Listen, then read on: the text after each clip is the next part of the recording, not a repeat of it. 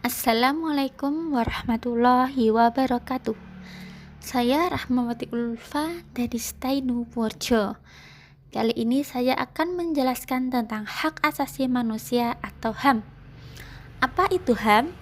HAM adalah hak yang melekat pada diri manusia yang bersifat kodratif dan fundamental sebagai suatu anugerah Allah yang harus dihormati, dijaga, dan dilindungi oleh setiap individu, masyarakat, atau negara.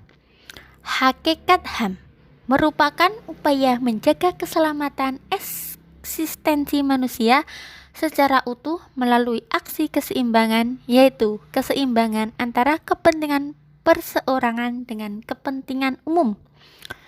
Beberapa ciri pokok hakikat HAM sebagai berikut. 1.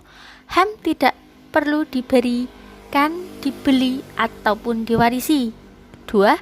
HAM berlaku untuk semua orang tanpa memandang kelamin, ras, agama, etnis, pandangan politik, atau asal-usul sosial dan bangsa. 3. HAM tidak bisa dilanggar. Perkembangan HAM di Indonesia. Yang pertama, periode sebelum kemerdekaan tahun 1908 sampai 1945. Dalam konteks pemikiran HAM, para pemimpin Budi Utomo telah memperhatikan adanya kesadaran berserikat dan mengeluarkan pendapat melalui petisi-petisi yang ditinjaukan kepada pemerintah kolonial maupun dalam tulisan yang dimuat surat kabar guru desa. 2. Periode setelah kemerdekaan. Yang pertama, periode tahun 1945 sampai 1950. Pemikiran HAM pada periode awal kemerdekaan masih menekankan pada hak untuk merdeka, hak kebebasan untuk berserikat melalui organisasi politik yang didirikan, serta hak kebebasan untuk menyampaikan pendapat terutama di parlemen. Periode tahun 1950 sampai 1959. Periode ini dalam perjalanan negara Indonesia dikenal dengan sebutan periode demokrasi parlementer. Periode tahun 1959 sampai 1966.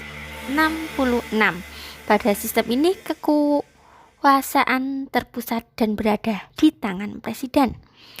Periode tahun 1970 sampai 1980, pemikiran elit penguasa pada masa ini sangat diwarnai oleh sikap penolakannya terhadap HAM sebagai produk barat dan individualistik serta bertentangan dengan paham kekeluargaan yang dianut bangsa Indonesia. Periode tahun 1966 sampai 1999. Pada masa awal periode ini telah diadakan berbagai seminar tentang HAM. Periode tahun 1998 sampai sekarang. Strategi penegakan HAM pada periode ini dilakukan melalui 2 tahap, status penentuan dan tahap penataan aturan secara konsisten.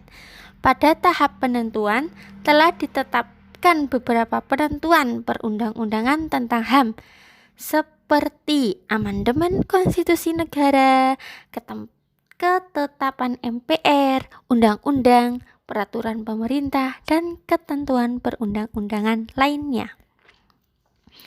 Dalam Undang-Undang Dasar 1945, Amandemen 1-4 memuat hak asasi manusia yang terdiri dari hak 1. Kebebasan untuk mengeluarkan pendapat. 2. Hak kedudukan yang sama di dalam hukum. 3. Hak kebebasan berkumpul. 4. Hak kebebasan beragama. 5. Hak penghidupan yang layak. 6. Hak kebebasan berserikat. 7. Hak memperoleh pengajaran atau pendidikan. Pelanggaran hak asasi manusia. Pelanggaran hak asasi manusia adalah setiap perbuatan yang secara melawan hukum mengurangi, menghalangi, membatasi, dan atau mencabut hak asasi manusia. Dalam Undang-Undang RI nomor 39 tahun 1999 yang dikategorikan pelanggaran HAM yang berat adalah pembunuhan massal, pembunuhan sewenang-wenang atau di luar putusan pengadilan, penyiksaan, penghilangan orang secara paksa, perbudakan atau diskriminasi yang dilakukan secara sistematis. Pelanggaran HAM biasa antara lain pemukulan, penganiayaan, pencemaran nama baik, menghalangi orang untuk mengekspresikan pendapatnya, penyiksaan, menghilangkan nyawa orang lain, dan lain-lain. Berikut ini contoh-contoh kasus pelanggaran HAM yang pernah terjadi di Indonesia. 1. Kasus Marsina. 2. Kasus tragedi Semanggi. 3. Kasus bom Bali. 4. Kasus Tanjung Priok. 5. Kasus pembunuhan Munir. Pengadilan HAM. Pengadilan HAM merupakan pengadilan khusus yang berada di lingkungan peradilan umum dan berkedudukan di daerah, kabupaten, atau kota. Pengadilan HAM merupakan pengadilan khusus terhadap pelanggaran HAM berat yang meliputi kejahatan genosida dan kejahatan terhadap kemanusiaan. Diatur dalam Undang-Undang RI Nomor 26 Tahun 2000 tentang Pengadilan HAM. Demikian yang dapat saya sampaikan, kurang lebihnya mohon maaf. Wassalamualaikum warahmatullahi wabarakatuh.